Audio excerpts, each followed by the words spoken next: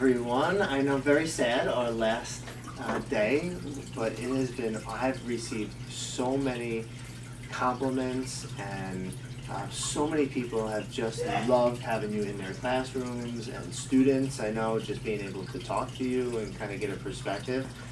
It has been, I think Miss Molly said it's been about 10 years in the making, and it's been better than we could have ever expected. And so this is, I think, just the start of something that can be really, really special for a lot of years to come. So thank you for coming and being here, and I know hosting our students last month. It's been just a great partnership. Thank you. Thank you. We are so proud to be the first one at the exchange, the first group, and thank you for your welcoming. School is awesome, everything is different, like it's a wonderful experience. That's so good to hear. So I heard you have some questions for me. Yes. Yeah, so do we want to start? Yeah. We can go around? Okay. So, first of all, have you ever been to France? And if yes, what did you like the most? And if not, what do you want to see? So I have never been to France. My wife and I went to Italy on our honeymoon, and it's one of our regrets that we never ventured out. It is her bucket list next place for us to go visit, France. And so it's funny because I went home one day and I said, "Oh, we have students from France in our school." And right away she's like, "I don't want to hear about it until you take me to Paris." So I can't wait to go. And it's the same. I know we've talked a lot about like different food here in America that is not necessarily available all the time in France. And it's the same thing for me. I hear about just so many places, the food just being so amazing, and pastries, and so I look forward to going there and being able to have that experience as well. So hopefully soon. So next question. So your name sounds to come from a different origin. Can you tell us about your background? Yeah, so my name is Vincent Sasso, and my family is from Italy. Although my grandmother on my dad's side was from Great Britain. So 3/4 Italian and 1/4 English. Okay. So, do you see yourself as an example of the American dream, and do you still believing in it? So I do. I really do. I was able to, again, just grow up and really go to school, study what I wanted to study, and become what I wanted to become, right? And of course, life goes in different directions, but I think having the freedom to be able to, do what you want in life as far as a career, I do think that is part of the American dream. Having the opportunities to really follow your heart. I always liked helping people, but I never realized where that would fit as like a teacher. And then becoming a teacher, I realized what kind of an impact I can have on young people. And so that's why I love this field, and within this field I've been able to do a lot of different things as well. And so I do think that's part of the American dream, being able to have a choice and to follow that choice and make it a reality. Thank you. And what kind of studies did you do to get there? So from study, so I went to college, and in college I studied education, particularly special education, so like students with disabilities. I always had a passion for making education and opportunities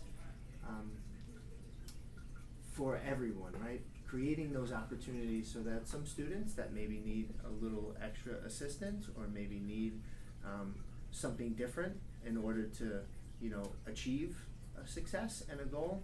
I've always had a passion for being the person to level the playing field and help create those opportunities. So I became a special education teacher, and then while I was a teacher, I realized if I went into school administration, I could help even more people, and so I went back to college and received a master's degree, and then just recently my doctoral degree in educational leadership. Oh. Okay. And at which moment did you know that you wanted to become a principal? You know, it's funny. I didn't. It was a couple years I was teaching. I loved everything about teaching. Right, I was maybe 2 or 3 years as a teacher, but I felt very restricted to my classroom. Right, and I always wanted to do more stuff. I loved my students, but I wanted to always do more, and I realized, I saw the vice principal at the time, and I'm like, they get to go everywhere. Why is that? And I realized, wait a second, I can still do what I love, but do it in a different role that allows me to have access to more students that I can help. And so I was probably like a second or third year teacher when I realized school administration was the place for me to go. And what subject were you teaching? Like you were teaching what class? So in the United States, for special education students, students with disabilities, you could teach all different subjects. So I would teach English and math and history and science, and so I was able to do a little bit of all those subjects. What makes Albridge teachers special? And they are, and I think you have, just talking to some of you over the last week, I think you've all felt that. Yeah. So I think what makes Old Bridge High School teachers so special, and really this entire community, and there's a lot of schools and elementary schools and middle schools, and I see a lot of the same sense of community, right? I think number one, our teachers are talented, right? They know the content. They know what they know what they have to teach from a subject area standpoint. So I think that checks one box, which is great. And I think more importantly, they care, right? They care about their students. They care about our school. There is a great sense of community and family. They care about each other. And so some days when it's tough, even for the adults, right? There's a lot of things going on in life. I think knowing that they're not alone and that they can count on their colleagues to be there for them, I think that is what makes us really special. It's being talented, but that's only part of the story. I think the other, and in my opinion, more important part of the story is that they genuinely care and love their students, and I think that what makes our school so special. And why Knights? Why did you choose Knights as a school mascot? So Old Bridge, if I'm not sure if you know, so it used to be 2 high schools here in Old Bridge. Before I was here, a long time ago, there were 2 high schools, and then the 2 high schools became 1 high school, which is now Old Bridge High School. And back then, which I think is in like the early 1990s, they put a couple different ideas as far as the colors, the mascots, and the community, the students, the people here in Old Bridge had an opportunity to vote. I don't know why they chose the Knights. I know one of the high schools were the Spartans, which I don't know if there was some connection to that, but I don't know. They chose throughout this committee that was a part of the community. They chose the colors purple and the mascot, which was the Knights. And what is the one thing you did at Old Bridge that you are the most proud of? Oh wow. There's so many different things that I can think of, honestly. I'll tell you one thing that, just as you asked that question, that jumped right into my head, so I'm just going to go with this first thing that jumped into my head. As all of you know, you've all experienced when the world shut down a couple years ago, right? And so we were all dealing with, obviously, the pandemic, and my heart broke for our young people because they weren't able to go to school and they weren't able to be with their friends. And for a little while, we lost that sense of community.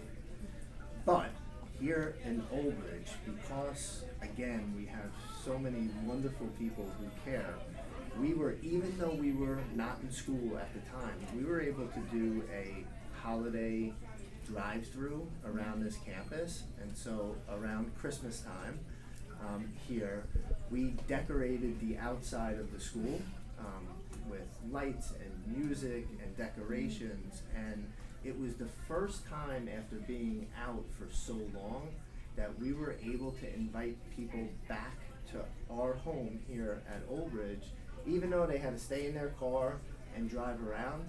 There were so many teachers that were here that participated and helped out, and it made me realize that even in a global pandemic where the world has shut down, we still found a way to stay connected with our students in a way that wasn't on a phone or a computer screen.